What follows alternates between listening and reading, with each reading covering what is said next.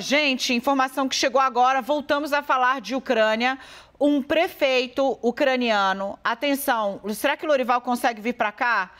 O prefeito de Melitopol, Ivan Fedorov, ele foi preso, atenção, um prefeito ucraniano da cidade de Melitopol, ele foi preso por separatistas, pelos grupos separatistas de Lugansk.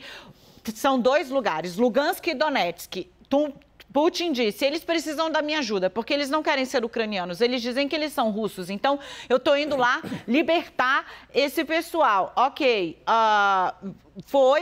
tá na Ucrânia inteira, vocês estão vendo, isso é comprovado, e agora esses grupos separatistas começam, Lorival, é o primeiro caso, segundo a CNN, que confirmou a autenticidade do vídeo. Ele foi filmado sendo preso e levado por esses grupos separatistas de Lugansk, que agora dizem avaliar se o acusam de terrorismo. Para você entender, os caras são separatistas, só foram reconhecidos pelo Putin, eles estão dentro do território ucraniano, prendendo o prefeito eleito ucraniano e avaliando acusá-lo de terrorismo aonde? Em que corte?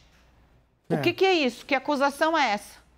Eles têm um Ministério Público lá, né, em Lugansk, em Donetsk, e o gabinete do Ministério Público disse que ele deverá ser acusado de terrorismo por não aceitar, né, por ataques contra essas repúblicas independentes. De fato, é o primeiro caso de uma autoridade que a gente tem conhecimento de uma autoridade, inclusive eleita, né, que é levada dessa forma por eles. O que nós sabemos também é que em Kharkiv, que é uma das cidades mais castigadas pelos bombardeios russos e que está muito perto da fronteira com a Rússia, o prefeito de lá disse que manifestantes contra a ocupação russa foram presos também, foram presos pela Guarda Nacional Russa.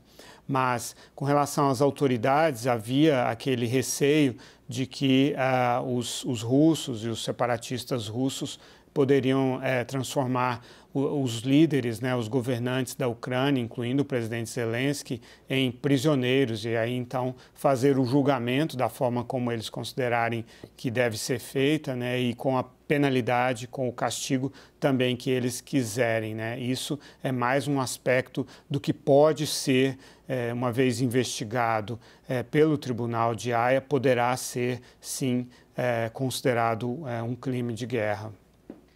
Lorival, para aqui trazendo a informação completa, né? O que a gente tem de informação, então, a promotoria de Lugansk, né, que está aí a serviço desse grupo separatista, informou ali, havia dito, né, que Fedorov, que é esse prefeito que foi Fedorov, o prefeito que foi preso, que ele seria ultranacionalista e que é essa fascista, né? Que é a acusação de direita. Que é a acusação que o Putin está fazendo ali a toda a Ucrânia. Bom, de todo modo, ele foi eleito, ele não tem um advogado e ele está sendo acusado nesse sistema bizarro montado pelos separatistas. De novo, é a primeira vez que grupos separatistas foram homens armados, um oficial político ucraniano conhecido, e ele está sendo detido e investigado pelas forças russas, que estão nesses dois lugares também, e que apoiam esses grupos separatistas. Então, isso certamente será alvo de forte apuração internacional, Lorival. Sim, o setor de direita é uma corrente política dentro da Ucrânia que os russos acusam de ser fascista, mas ela não é reconhecida dessa maneira. É uma corrente conservadora, mas não é uma corrente fascista. É uma corrente muito crítica à influência russa sobre a Ucrânia, uma corrente pró-ocidental. E aproveito para falar, então, agora do regimento de Azov, que é tão citado aqui, né? O regimento de Azov, ele tem 2.500 soldados que foi criado na época da ocupação russa do Donbass, né? E uma parte deles era neonazista. Segundo a liderança deles, entre 10% e 20% eram, de fato, da corrente neonazista. Eles foram incorporados à Guarda Nacional ucraniana e, ao fazer isso, eles foram despolitizados. Eles estão lá, são uma unidade separada, mas foram absorvidos. E aí foi criado um partido político chamado Corpo Nacional. Esse partido disputou as eleições de 2019, teve 2% dos votos e não elegeu nenhum representante no parlamento. Então, num contexto de uma população de um país com 44,5 milhões de habitantes, nós estamos falando de 2.500 indivíduos, dos quais entre 10% e 20% se declaram neonazistas e que tiveram 2% na eleição. A Alternativa para a Alemanha, que é um grupo também neonazista na Alemanha, teve 13% nas últimas 2 eleições. 13%. O partido que surgiu do grupo de Azov, do regimento de Azov, teve 2%.